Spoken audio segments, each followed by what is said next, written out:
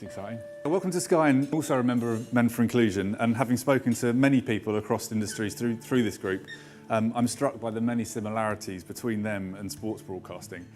We're all facing the same challenges when it comes to elevating the voices of women and making sure the culture is not just inclusive of all genders, but built by and for all genders. So the theme of tonight is they think it's all over as it relates to gender equality. Spoiler alert here, it's definitely not. In 1966, when that phrase was famously uttered, women were banned from playing in English league grounds. This persisted until 1972, when the national team played their first game, almost exactly 100 years after the men's team started. The accidental sexist first 11. So in goal, we've got high profile opportunity. This is a man. It's a mixed gender team, by the way.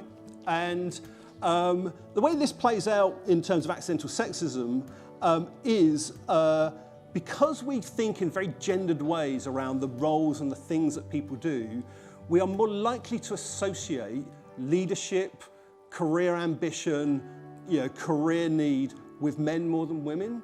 And we end up therefore giving, or we're more likely to give men the really high profile opportunities that really turbocharge their careers. We are more likely to do that than we are for the women in our organisations. So anyway, let me introduce the rest of the team. We're going to move on to the back four now. At right back, we've got non-core admin. This is a woman. And again, it goes back to these gendered views about roles we think women are suitable for. So we think of women as being very conscientious, good at attention for detail, people, they're good at collaboration. And therefore, one of the things that ends up happening is we tend to give women more of the non-core job admin. This is not people that are doing an admin role. Often it's people in quite senior roles, but the women still end up being asked to take the minutes, organise the leave and do. So you can see that promoted on potential. Again, it's a man. It's far more likely that we promote men based on some view that they've got potential leadership ability, whereas women, we have to work far harder, and we might look to promote them if they've demonstrated competence as opposed to future potential. We've got assumptions due to family, and this is the very simple thing that we make assumptions that women have. When women have young children, they don't want to do those challenging stretch projects. They don't want to travel. They don't want to work extra hours. Now, that may be true they don't, but we don't even have the conversation. In our research, that women tend to get a lot less direct feedback from managers. Perhaps it's because their male managers are a little bit scared of how the women might react if they were very direct with that feedback. But it ends up they get things like, oh, you need to show more gravitas. And it's very difficult to do something with feedback. Let's move on to the midfield now. So the next part of our research shows that women tend to get less airtime in meetings. They tend to have their voices overridden. It's kind of hard to get their voices into the conversation in the first place. In the centre of midfield, we've got the he-Peter. You can picture this guy already, can't you? Sort of like curly hair, moustache, tight, shorts too tight, the sort of guy, right? And the he-Peter is a well-known phenomenon where you're in a group situation, a woman suggests an idea, everybody ignores her. 10 minutes later, the man says exactly the same idea. Everyone goes, that's brilliant, John, we'll do that. You also got on the left-hand side of midfield, no senior sponsors. Now, the way this tends to play out, and it's connected with the left winger, which I'll show you in a minute, but this idea that because we are more likely to make social bonds with the people like us, many organisations end up with social groups based around gender lines. And therefore, those social groups end up creating some of those opportunities that don't go through the normal promotion or hiring channels. We end up giving people opportunities simply because we have a social relationship with them, like that. In the attack, a left-wing partnership there, the old boys network. Clearly, that doesn't happen in any of the companies that are based here, I'm sure. But often, quite frequently in the companies we work with, we find women often talk about the fact there's a bit of an old boys network happening. In the centre of the attack, we've got punish more harshly. This is research shows that women often, particularly when they get into senior leadership positions, are judged on their gender, not on their ability as an individual. And therefore, their mistakes are jumped upon far more than perhaps their male colleagues might have the same mistakes highlighted. And then finally, there's this issue where women are often thought to owe their position to some sort of quota.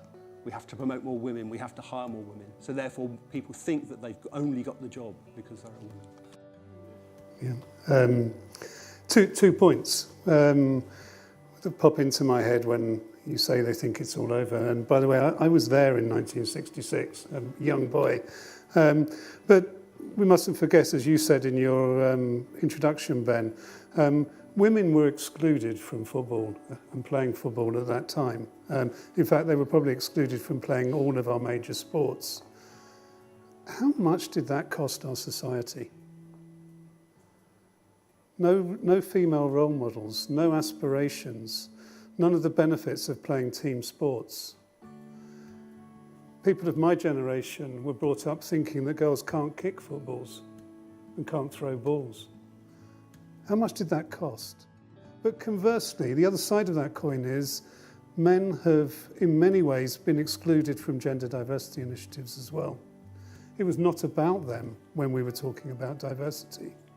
Men are not interested in it. Men are biased. Men are aggressive. Biased, unconsciously, aggressive in a micro way. And then they're just given diversity targets. It's not surprising, perhaps, with that background, that for men, D&I isn't all over. And as you said, for many, it's just starting their lives and think they would have liked to have spent more time with their children. They would have liked that opportunity and regret not taking it or not being able to take it. I think one of the benefits of inclusionism is that we can throw off those male stereotypes. We can share parental. Let's talk about parental leave, not maternity leave, because a lot of men would like the opportunity to spend more time with their children as well and take on some of those roles. And the business case for this is well proven.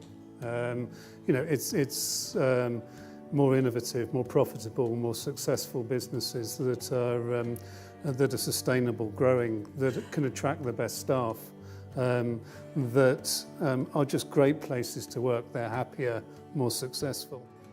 There's too little effort being put into driving change, and quite often that effort is in the hands of a small number of people within the firm, and typically women or other people from underrepresented men. Inclusive men, research shows, have happier relationships, both at work and at home. But also there's the old opportunity in choice.